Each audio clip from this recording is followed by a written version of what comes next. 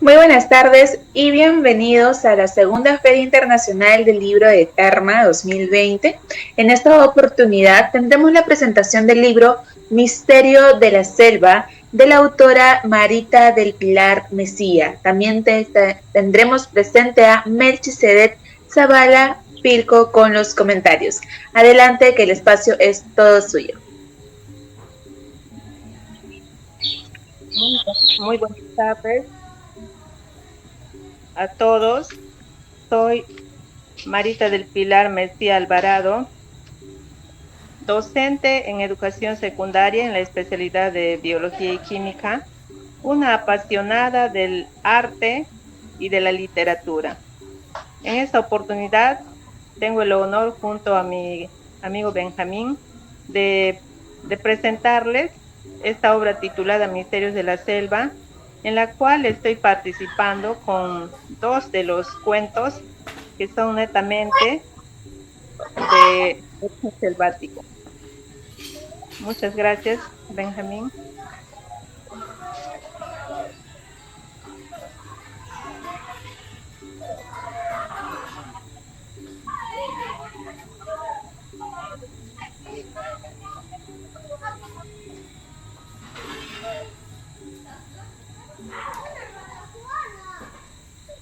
Benjamín.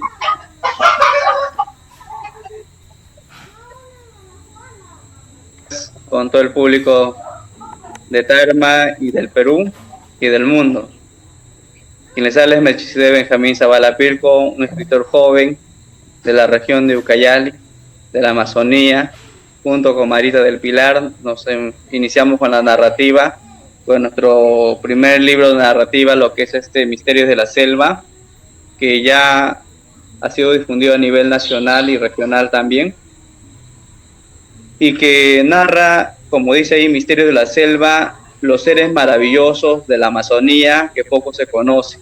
Si bien es cierto, la Amazonía está lleno de diversidad, de flora, de fauna que descubrir, que dicho de paso, Antonio Raimondi pudo catalogar a la Amazonía, a los Andes peruanos y a las costas sobre los seres vivos.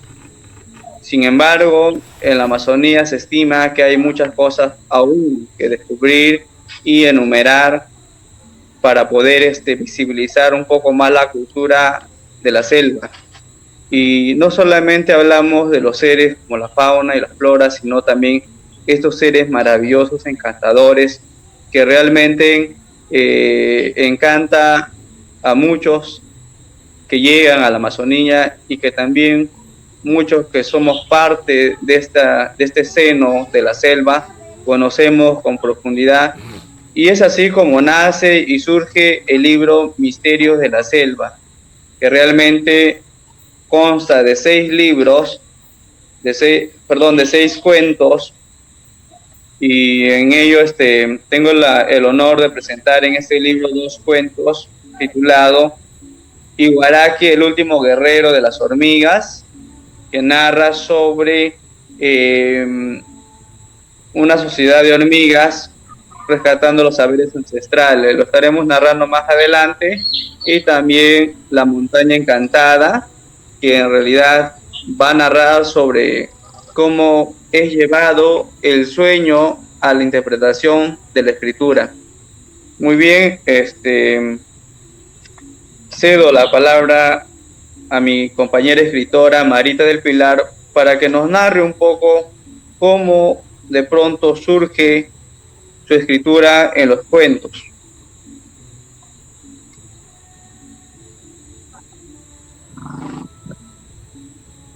¿Tiene la palabra Marita? Debo indicar de que desde muy niña me encanta.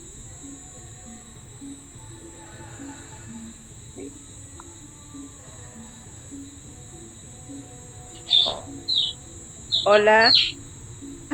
Sí, te escuchamos.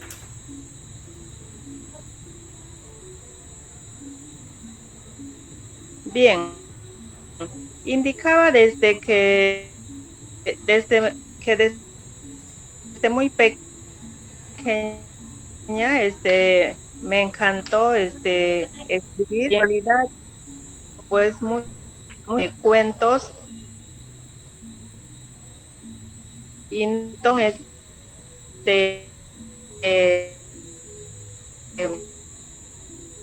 han sido recopilados de mi experiencia, y también en esta oportunidad estoy compartiendo con todos ustedes en esta obra titulada Misterios de la a mis abuelos manos, dos pies. La actitud que era pues un experto, y él es una serie de experiencias. La Mangana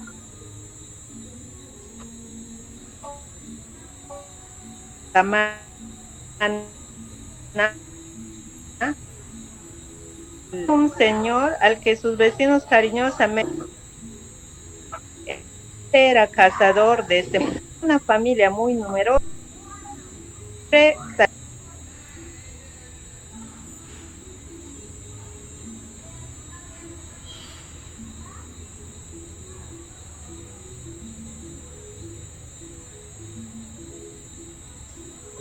Muy bien, mientras mi compañera tiene problemas con la conexión,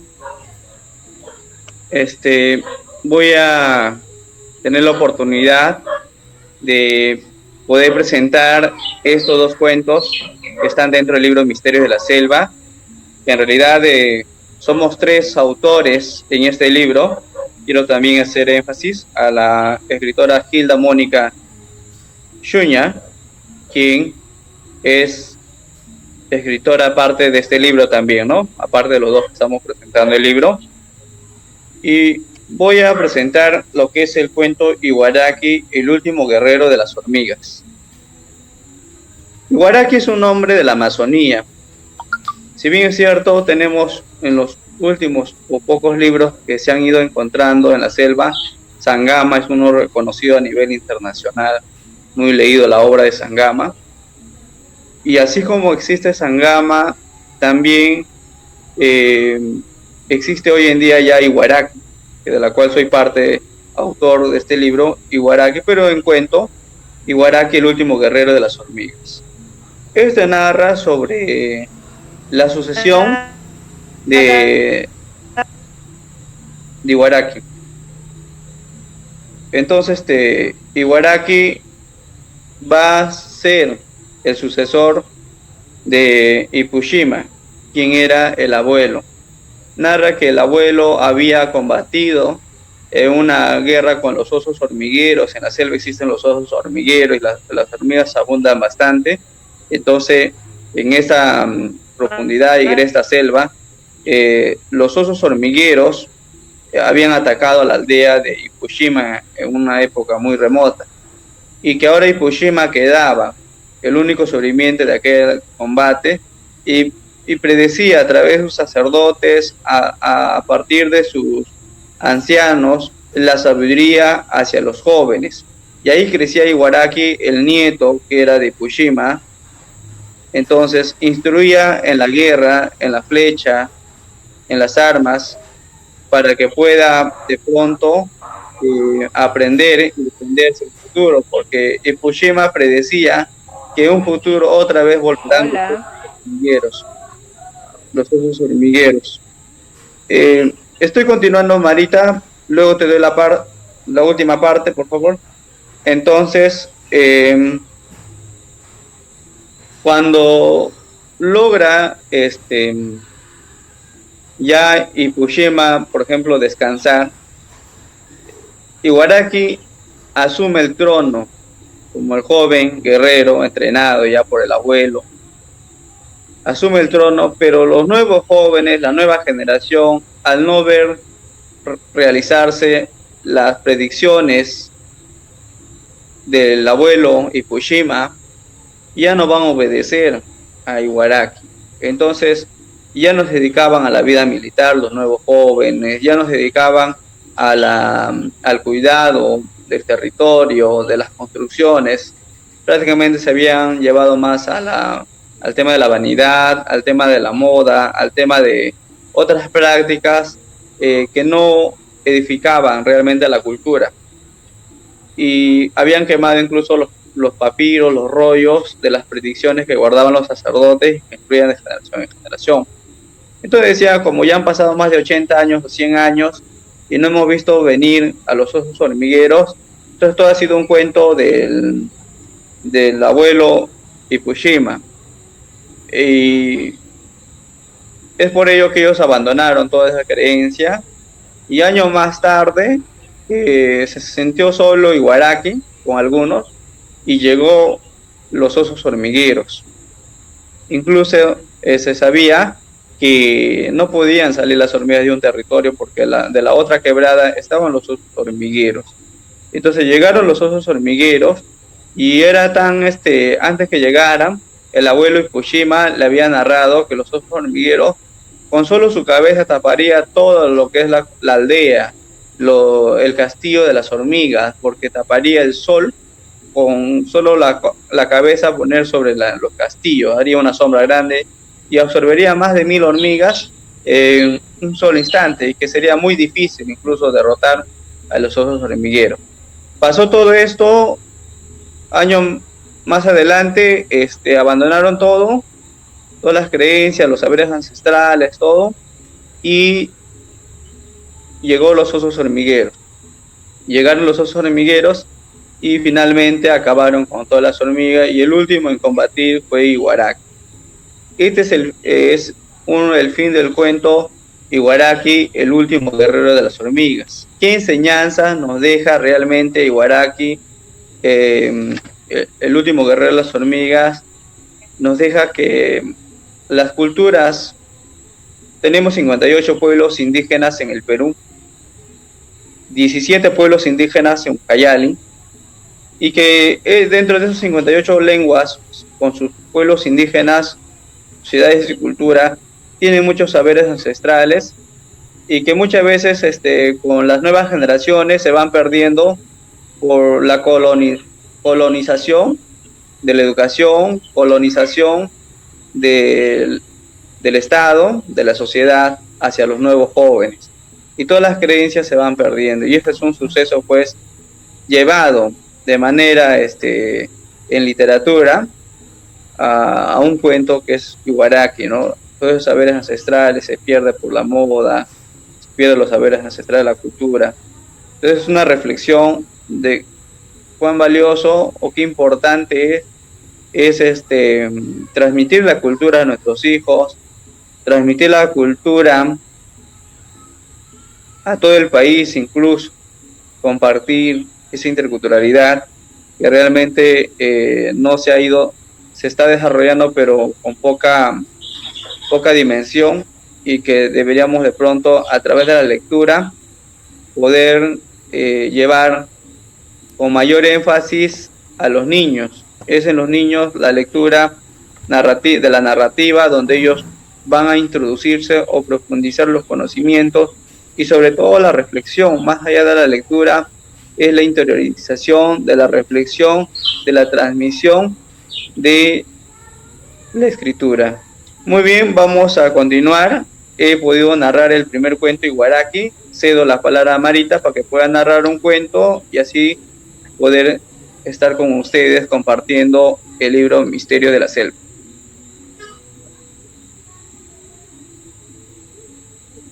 Hola, ¿se me escucha, Benjamín? Sí, Marita, continúa.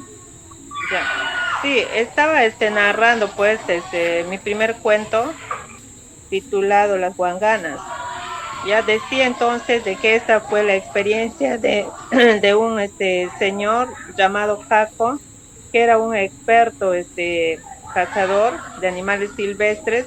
En una oportunidad él salió como de siempre a cazar, y no muy cerca de donde vivía se encontró con una manada de guanganas.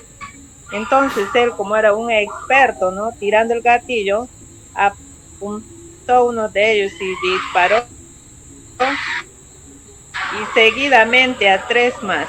Entonces mató en total 4 guanganas. Cargó sobre sus hombros uno de ellos y regresó a su casa. Su esposa, muy sorprendida, lo vio llegar porque él siempre iba a montear, pero se demoraba pues casi una semana. Entonces él le contó su experiencia de que no muy lejos había y a uno de sus hijos para que fueran a apoyarle a traer las otras presas. Entonces cuando llegaron y estaban allí pues sacando las vísceras de las guanganas, que por cierto son pues mamíferos salvajes, pero comestibles por los pobladores, ¿no? De acá, de la región Ucayali, sobre todo aquellos que viven en comunidades cercanas pues a la espesura del bosque.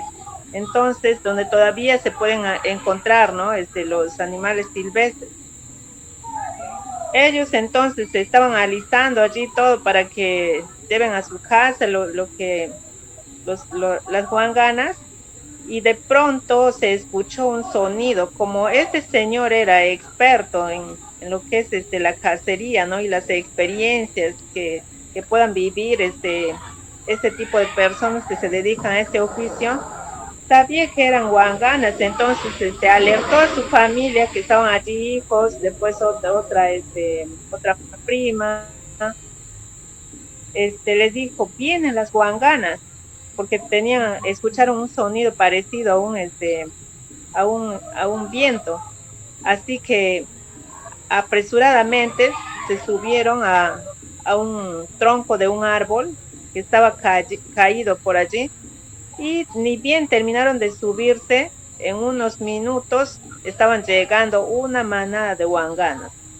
Entonces ellos trataron de espantar a las guanganas, porque si estos los alcanzaban, de hecho que los iban a devorar, porque estos son animales pues que devoran todo lo que encuentran a su paso, incluso a seres humanos. Tienen unos colmillos grandes y filudos que con ellos son capaces de destrozar hasta las presas más duras. Así que el señor experimentado, ¿no? En la cacería, supo cómo ahuyentar a las guanganas en ese momento. Así que por unos minutos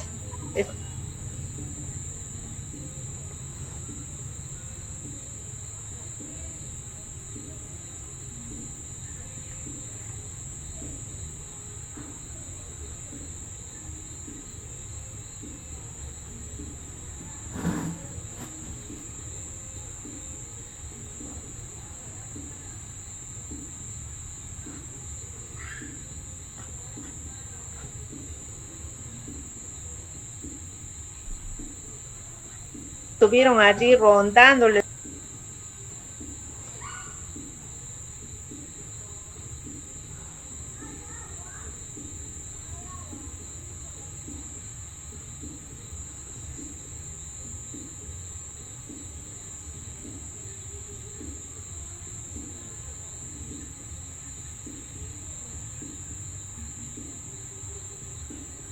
las guanganas y viendo que no podían alcanzarles como presas de retiro. Y así que ellos muy asustados se bajaron del tronco del árbol que estaba allí caído y ni bien terminaron de bajarse del tronco, este se cayó. Bueno, se considera que por la gracia de Dios o por suerte de ellos, pues no se cayó este tronco en el momento en que estaban allí las guanganas. Así que ellos, muy asustados, recogieron pues las presas que estaban allí para llevarlo y emprendieron el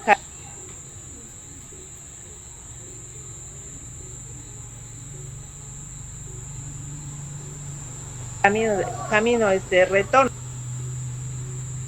a sus casas, ¿no? Entonces, esta fue una experiencia pues real. Y aquí decidí escribir este cuento para comunicar así a todos los estudiantes con quien podamos compartir, o a todos los lectores, ¿no? Con este cuento, de alguna manera cómo son los misterios, ¿no? Los distintos misterios que tiene nuestra selva, cuáles son los animales, ¿no? que habitan en nuestra selva, y asimismo de que no cualquier persona puede pues ser un cazador, ¿no? O adentrarse en la selva sin conocer ciertos peligros que ésta tiene, ¿no? Entonces, pero cuando una persona es experimentada, incluso puede captar por los sonidos qué animales se están acercando, ¿no? A ellos. Pero si alguien es inexperto, sería pues un riesgo grande el adentrarse, ¿no? En la selva, en este caso. Bien, entonces, esta es mi primera participación con este cuento de las guanganas. También, Benjamín, ¿continúas?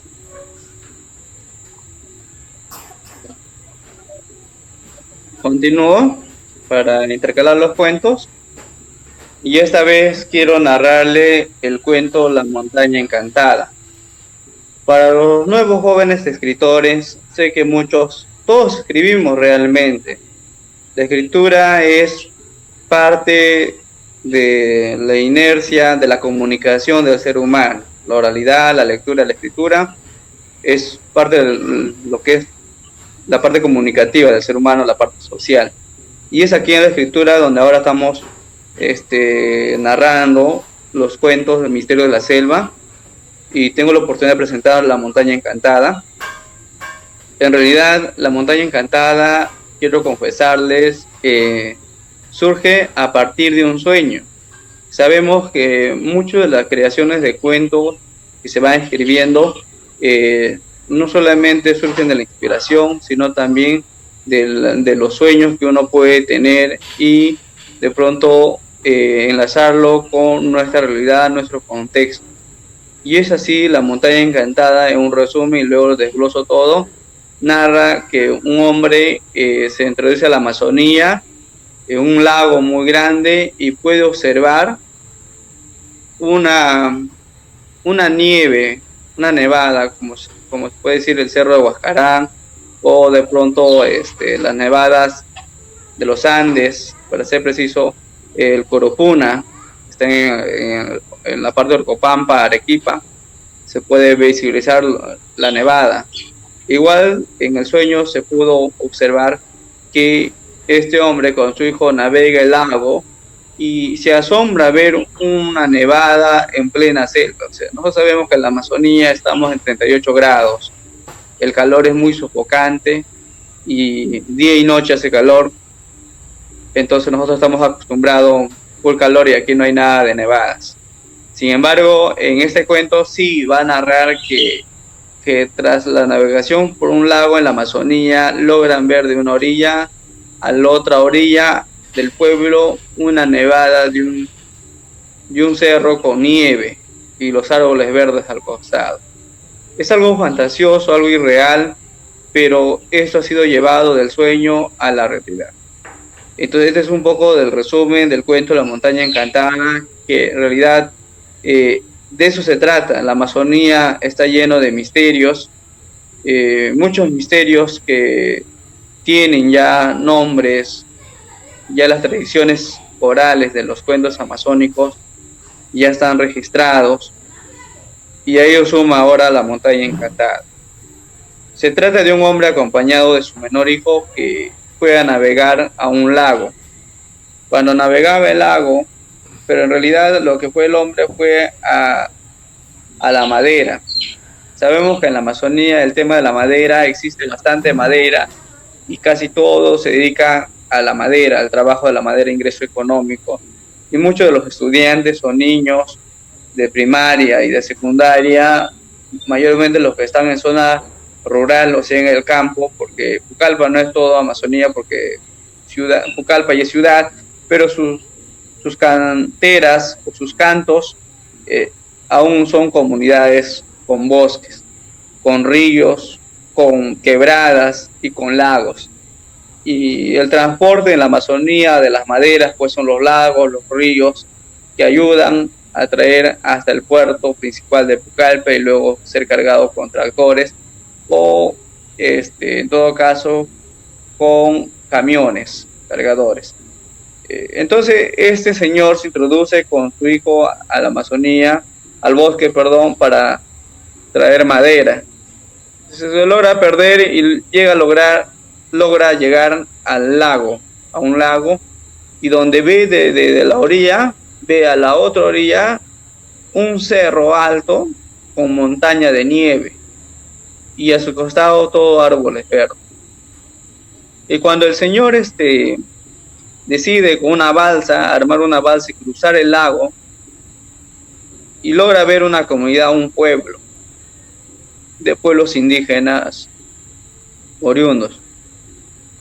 Entonces cuando llega a la comunidad indígena, el señor pregunta dónde queda el cerro de nieve que ha logrado ver de la otra orilla y que ahora no logra ver de aquí, donde ya está en la comunidad al frente. Entonces uno de los campesinos, de los lugareños, le dicen que eso ha sido como una sombra, un espejismo. Eso no existe en realidad. Y le dicen que todo lo que ha visto es algo de espejismo y que todos los que llegan logran ver, pero en realidad no existe. El niño insiste, le dice, pero papá, nosotros hemos logrado ver. Tú también lo viste, los dos vimos que existe la montaña de nieve. Entonces el lugareño le dice, eso no puede existir porque estamos en la selva, con 38 grados, imposible tener aquí un cerro de nieve. Entonces le dice, pero si ustedes desean introducirse al bosque, pueden ir por donde han visto la dirección, pueden seguir su ruta, pero tienen que llevarse con ustedes siquiera 3 o 4 montaraces. ¿Qué son montaraces? Son personas adiestradas en el bosque, que se dedican a la caza de animales y que saben la ruta del bosque, sobrevivir en el bosque si es que se pierden más de 6 días. La espesura del bosque es tan grande que muchas personas se han perdido y han muerto cuando no conocen bien la selva. Pero el montaraz sobrevive a más de 15 o un mes, puede estar vivo en pleno bosque porque conoce de dónde extraer agua, de dónde extraer la carne, los guayos, los alimentos. Bueno, entonces van y los lugareños, también los montaraces, algunos no decidieron acompañar, pero había tres montaraces que decidieron acompañarlo al hombre y al niño. Ya muy bien, entonces el niño dijo, bueno, voy a juntar plátano, arroz, lo que hay, los víveres para el trayecto del camino. Entonces en eso que está juntando el costalito del niño, ya los montaraces con el papá salieron a rumbo a introducirse al bosque, pero iban limpiando el camino. Siquiera 2 metros limpiaban el camino para que puedan volver, porque la idea era que también puedan volver, como es encantado la selva, difícil. Entonces, incluso a los que estaban a la orilla de una quebrada le dijeron que si no volvíamos, que por favor con manguaré, los manguarés en la selva son unos, parece bombo, pero son de troncos que se hacen aquí en la selva, que sirven como un sonido para la guerra, para aquellas épocas que habían sucedido en tiempo de pueblos indígenas en las guerras, y también como celebraciones también, un sonido fuerte, y los caracoles y otras herramientas de sonidos amazónicos. Si no regresáramos, que por favor nos buscaran con los sonidos. Entonces abrían 2 metros del camino, y el niño, cuando rejuntó todos los víveres, se acercó a la quebrada y ya no había, solamente había el camino amplio, y una señora que estaba lavando ropa le dijo que por aquí se han ido tu papá y los montarás. Entonces él empezó a correr, a seguir el camino, la trocha, y conforme iba avanzando, la maleza iba tapando el camino, o sea, se cerraba el camino. Entonces, finalmente los pasos de los mandaraces siempre son largos, entonces uno tiene que caminar a su ritmo, como se puede decir. El niño empezó a caminar a su ritmo y avanzaron. Eran ya para anochecer, entonces cocinaron carachama ahumada con yucas asadas, porque sabemos que no llevan olla, entonces todo es ahumado en el bosque, las carachamas ahumadas, eso comieron. Al día siguiente avanzaron su trocha buscando las cejas de selva, que son faldas de selva en bosque, subiendo, buscando encontrar una altura para divisar o ver de pronto dónde pudiera estar la montaña encantada, esa montaña que les ha encantado, ¿no? Que es la Nevada. Avanzaban y de pronto encontraron un agua cristalina arriba, ya en la cuesta del bosque, y se acercaron, y el montaraz le dijo: mira, bastante animal, esa es una colpa. Colpa en la selva significa lugar de criaderos de animales donde pueden beber y comer, y incluso hay sal también, donde se bañan, se relajan. Entonces vamos a cazar unos paujiles para hacer un ahumado, y algunos peces para hacer un chilcano o un ahumado, una patarasca. Entonces, conforme se acercaron a las aguas, empezó a oscurecerse el cielo. Se oscureció el cielo, las aguas empezó a burbujear negro. Entonces se oscureció también las aguas, todo. Entonces uno de los mandaraces dijo: esto tiene madre. Quiere decir, tiene un ser, es tierra virgen, como pueden ser aquí la selva virgen o la montaña virgen, donde nadie ha entrado, ni un hombre. Entonces, por lo tanto, los seres maravillosos ahí están, ahí se encuentran. Entonces no dejan avanzar al ser humano si no se ha pedido permiso, o de pronto nadie se ha pasado aún todavía. Entonces oscureció, aquí tiene madre. Se retiraron porque empezó con relámpago a llover y todo. Siguieron avanzando, armaron su tarima para la anochecida del día 2 y pusieron de vigilante para poder también evitar cualquier peligro como el otorón o la boa, cuantos animales o fieras o serpientes en todo caso que pueden andar de noche, ¿no? Al día siguiente siguieron avanzando y de pronto encontraron otra quebrada, y en la quebrada había un tronco, pero cuando ya estaban para bajar a beber las aguas de la quebrada, el tronco empezó a moverse. Entonces uno de los montaraces le dijo al señor y al niño: entonces ¿qué es eso?, dijo el niño. Entonces el Montaraz le explicó, esa es una boa. Entonces en la Amazonía las boas son como troncos gruesos, pueden ir variando el tamaño, incluso confundirse la boa con algunos árboles troncos que están tirados. Entonces salieron de ahí con cuidado porque las laderas de la selva tienen hoyos, o sea, la hojarasca está tapada, parece una almohada, un colchón, pero en realidad sí, tienes que tener mucho cuidado en las cuestas porque los pies te puedes hundir y caes al resbaladero. De esa manera siguieron avanzando el cuarto y el quinto día hasta que uno de los hombres le dijo, creo que no encontramos, estamos dando vuelta en las cuestas de la selva arriba, buscando el cerro.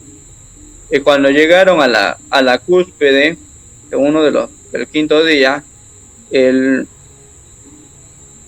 no lograron observar nada, no había ni una montaña con nevada. Entonces dijeron, esta es la selva, la encantación de la selva, el mundo encantado de la selva, denominaron la montaña encantada. Entonces Ipanaqué, uno de los Montaraces, le dijo, voy a hablar con los seres maravillosos de la selva. Y le dijeron los otros Montaraces y el señor que le acompañaba, le dijo, pero ¿cómo que vas a hablar? No hay nadie aquí. Y entonces Ipanaqué le dijo, mis abuelos, mis ancestros hablaban con los árboles, con las rocas, con las piedras, con el viento. He aprendido esta práctica y lo voy a aplicar ahora para no seguir perdiendo tiempo y de pronto seguir dando vueltas en la montaña. Y de esa manera, Ipanaqué dio unos 10 pasos hacia adelante, alzó los brazos al cielo y hizo una oración en lengua indígena desconocida. Y los vientos empezó a moverse sobre los bosques, las ramas, las hojas formaron unos silbidos y a la vez también unas figuras humanas que se acercaron a Ipanaqué, y no era uno, sino eran miles de humanos con características de humanos, porque tampoco eran humanos, esos seres maravillosos transformados ahora en vegetación, en selva, millares de seres envueltos con hojas aparecieron, y los otros pudieron ver, y Ipanaqué habló con ellos y le preguntó dónde queda la montaña encantada. Entonces la mujer salió adelante de los seres maravillosos, le dijo, ustedes han avanzado bastante, es mejor que ustedes regresen, porque si ustedes siguen avanzando, puede hacer que ya no regresen más, se queden aquí. Entonces le dijo, ustedes, la vanidad de su corazón, el tema de atesorar o buscar algunas cosas, los ha traído hasta aquí. Pero si ustedes sigan avanzando, ya no regresarán a sus lugares. Entonces, vayan, diles que sí existe la montaña encantada. La montaña encantada son ustedes, somos nosotros y somos todos. Lo que el ser humano no puede ver físicamente, pero que existe dentro de la selva del bosque, eso es la montaña encantada, y otras cosas más. Y en eso que hablaba, Ipanaqué quedó desmayado y se retiraron esos seres maravillosos. Y luego se acercaron los dos Montaraces, el señor y el niño, a preguntar, ¿qué pasó, Ipanaqué? Ipanaqué le dijo todo lo que le había ya dialogado con la mujer de los seres maravillosos, y le dijo que ya hemos llegado, ya hemos visto, y eso es lo que llevamos ahora, es hora de regresar. De esa manera termina el cuento de la montaña encantada es una forma de, se podría decir, de interpretar la realidad del bosque, de nuestra selva, que es tan misteriosa. Por eso el libro titula Misterio de la selva. Muy bien, hay muchas cosas que estaremos sacando en los próximos libros. Yo quiero dejar a Marita con el último cuento. Muy bien, Marita, cedo la palabra.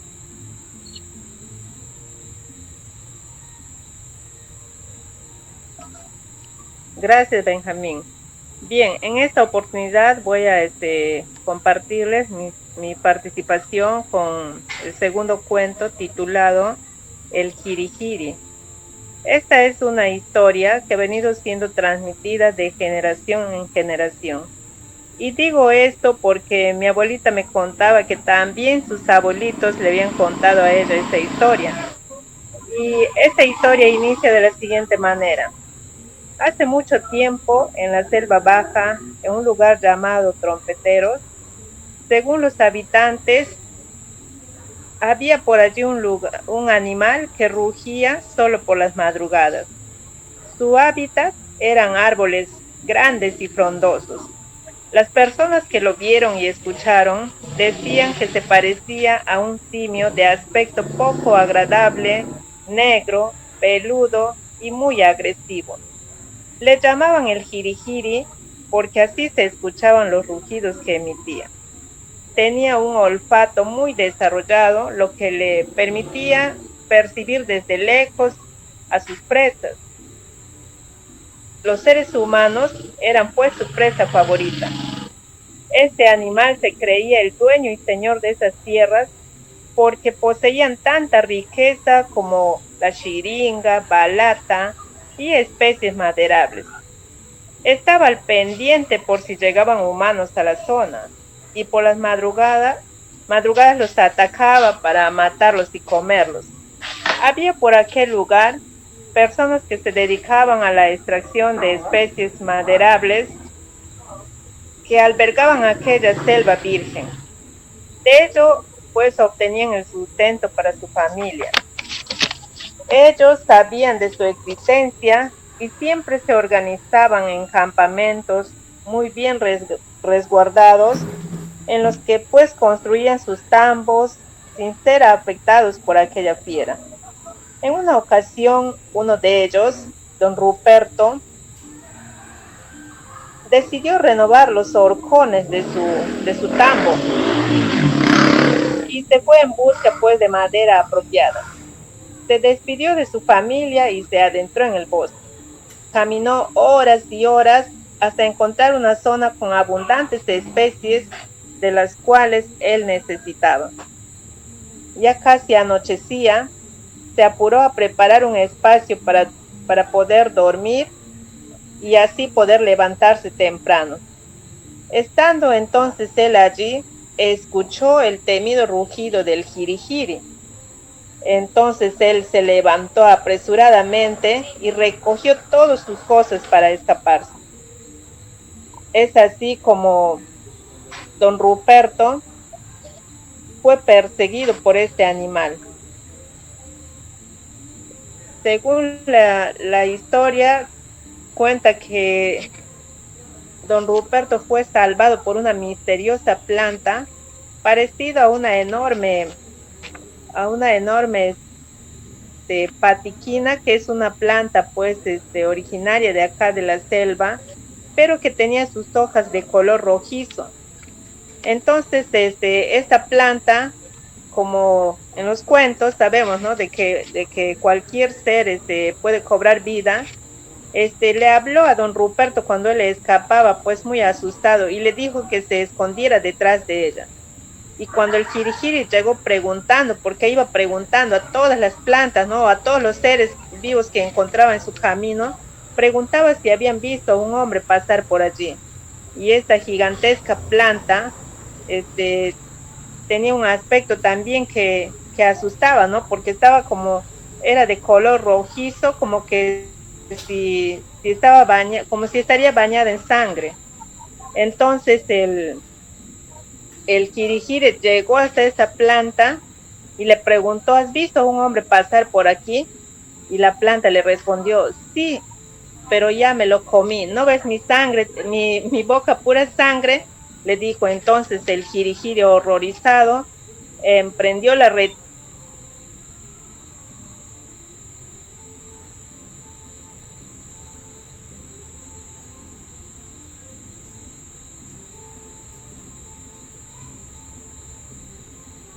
porque pensó que también a él le podía devorar esta planta. Gracias a esta planta, don Ruperto logró sobrevivir y no ser devorado pues por esta fiera. Llegó a su casa muy asustado y contó a todos sus vecinos, ¿no?, de lo que le había ocurrido, y así que le dijeron que nunca más tenía que ir solo al monte porque sabían que allí habitaba este fiero animal. Pero ya con el tiempo, ya no escucharon los rugidos del Kirihire por las madrugadas. Se cree pues que se retiró de aquel lugar por temor a la enorme planta que había encontrado cuando buscaba a don Ruperto, ¿no?, en la espesura del bosque.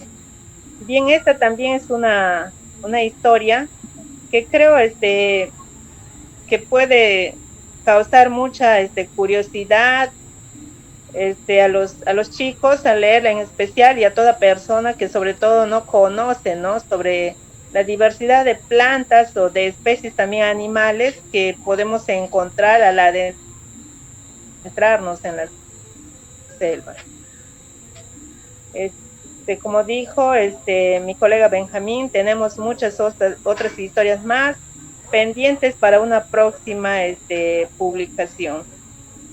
Por mi parte, quedo muy agradecida por habernos cedido este espacio a la FIL Tacna. Muchas gracias.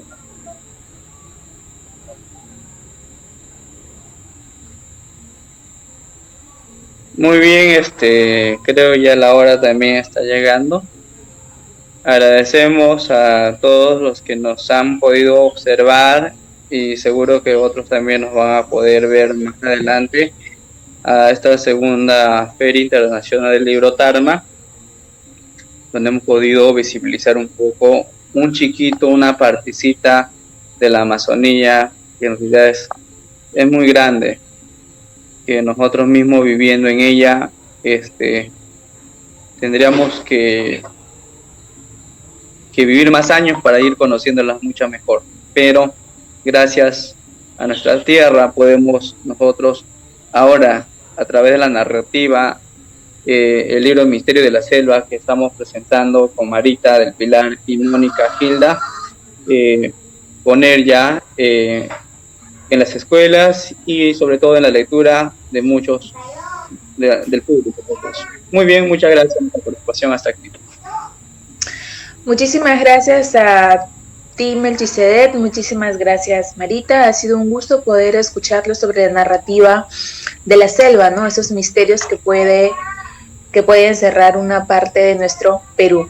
Ha sido un gusto, así que quédense también con nosotros, que ya se viene la presentación de otra colección también amazónica, que es Amazonía Ancestral. Así que quédense con nosotros para seguir disfrutando la perla de los libros. Hasta luego.